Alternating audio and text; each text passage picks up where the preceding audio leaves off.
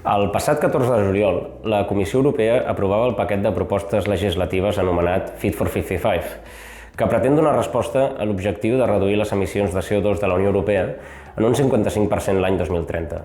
Algunes de les mesures detallades en aquest pla, com l'establiment d'un mercat d'emissions per al transport de mercaderies a la carretera i per als edificis, ha generat polèmica pel seu possible impacte en els sectors més vulnerables de la societat. En qualsevol cas, l'establiment d'un objectiu de reducció d'emissions d'aquest nivell certament comporta prendre mesures no exemptes de polèmica. I un dels elements polèmics que emergeixen quan parlem d'aquesta temàtica, més enllà de les que hem esmentat, és la qüestió de les fonts energètiques de transició.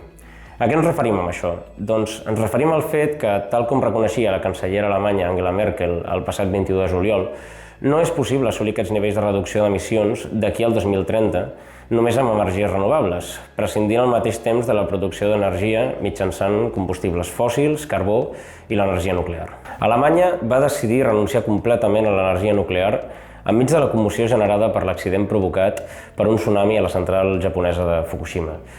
Aquesta decisió ha desembocat en un augment de la producció d'electricitat a partir de la crema de carbó, un fet que ha augmentat de manera notable les seves emissions de CO2, que són de les més elevades de la Unió Europea. I això, malgrat tenir una notable implantació de les energies renovables. D'altra banda, la decisió de prémer el botó de l'apagada nuclear ha augmentat la dependència alemanya de la importació del gas rus. D'aquí que el govern federal alemany sigui molt ferm en la defensa de la construcció del gasoducte Nord Stream 2, que proveirà el gas rus de manera directa cap a Alemanya a través de la Mar del Nord. Alemanya s'ha mostrat inflexible en la defensa d'aquest projecte, malgrat la profunda preocupació que aquest ha despertat en la majoria dels estats de l'est de la Unió Europea, com els Bàltics i Polònia, i també, d'altra banda, els Estats Units. De fet, el recent viatge de Merkel als Estats Units tenia com a objectiu principal aconseguir que el president Biden tolerés la posada en marxa del gasoducte, a canvi, això sí, de certes concessions, com el compromís de donar suport a l'establiment de sancions de la Unió Europea contra Rússia en cas que el govern rus utilitzi el subministrament d'energia com a arma per desestabilitzar altres estats. Així doncs, Alemanya ha triat el gas com a energia de suport mentre duri el procés de transició cap a les renovables. Amb tot, cal subratllar que aquesta opció no era l'única que hi havia sobre la taula. Contràriament a Alemanya, l'altra gran potència de la Unió Europea, França, ha decidit recolzar-se completament en l'energia nuclear com a font de transició. Per fer-se una idea, a hores d'ara França produeix al voltant d'un 80% de la seva electricitat a partir d'energia nuclear i pretén seguir donant protagonisme a aquesta energia en els propers anys per tal de garantir la seguretat energètica del país mentre duri la transició cap a les renovables, anunciant, fins i tot, la construcció de noves centrals. Aquesta decisió ha comportat que França sigui un dels estats de la Unió Europea que menys CO2 emet per produir la seva electricitat i també ha produït que la seva dependència energètica de l'exterior sigui molt inferior a la d'Alemanya. A més de les conseqüències geopolítiques que comporta el fet de decidir per una o altra font de transició, és interessant també veure com França i Alemanya pugnen perquè el finançament proveït per les institucions de la Unió Europea en matèria energètica prioritzin aquell tipus d'energia de transició que els convé més.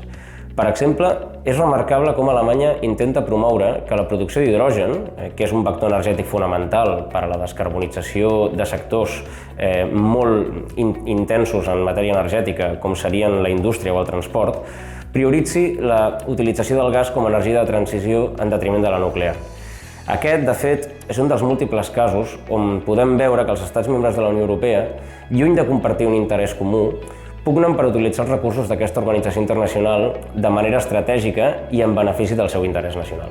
Com qualsevol altre país, Catalunya no pot produir tota la seva energia final que requereix amb renovables, i a mitjà termini es requeriran fonts energètiques de transició per poder arribar a aquest objectiu. A tall d'exemple, a dia d'avui, les energies renovables podrien tècnicament substituir tot el consum elèctric de Catalunya actual a mitjà termini, però el consum elèctric suposa només un 25% del nostre consum energètic final. Dit d'una altra manera, si analitzem el consum energètic final, podrem observar que el sector del transport és la fracció més important i, per tant, els combustibles fòssils són la font energètica principal. L'electrificació del transport és el camí. Aquest camí està definit per reduir significativament l'ús de combustibles fòssils. Ara bé, l'augment necessari de producció d'electricitat per fer possible aquesta electrificació no serà possible només amb renovables a curt i mitjà termini. Catalunya té un punt de partida molt problemàtic i és el fet de no ser un estat independent. Aquest fet comporta que en bona part Catalunya no pugui decidir el seu model energètic. En qualsevol cas, el posicionament del país s'hauria de decidir en funció del nostre interès nacional. En aquest sentit, la conclusió que n'hem d'extreure és que a Catalunya el pes de l'energia nuclear i el gas són similars i, per tant, les dues són importants per a la nostra seguretat energètica a curt i mitjà termini. En conseqüència, no seria intel·ligent que Catalunya prengués partit de manera activa respecte de la possibilitat que la Unió Europea prioritzi l'ús de l'energia nuclear o el gas com a fonts energètiques de transició. Ara bé, el cas de França mostra que l'ús de la nuclear, a diferència del gas, permet reduir de manera notable i ràpida les emissions de CO2, a la vegada que, a diferència d'Alemanya, garanteix la producció d'electricitat de la manera més estable possible, sense dependre en gran mesura de les importacions exteriors, ni d'una volatilitat del preu del gas que segueix lligada a l'estabilitat política dels països productors i a una demanda global creixent. Cal tenir sempre present que l'objectiu final és arribar a bastir tot el nostre consum energètic final amb energies renovables i fer-ho en el termini més breu possible. En aquest sentit, Catalunya ha d'apostar sense complexos per assolir aquesta fita de la manera més autosuficient possible, construint totes les infraestructures necessàries sobre el seu territori, que, per cert, ofereix múltiples possibilitats per a la producció d'energia eòlica i solar, a més d'una infraestructura hidràulica que ja hi és. La sobirania energètica és un dels elements fonamentals per a garantir la sobirania d'un estat independent, i Catalunya aspira a ser un estat independent.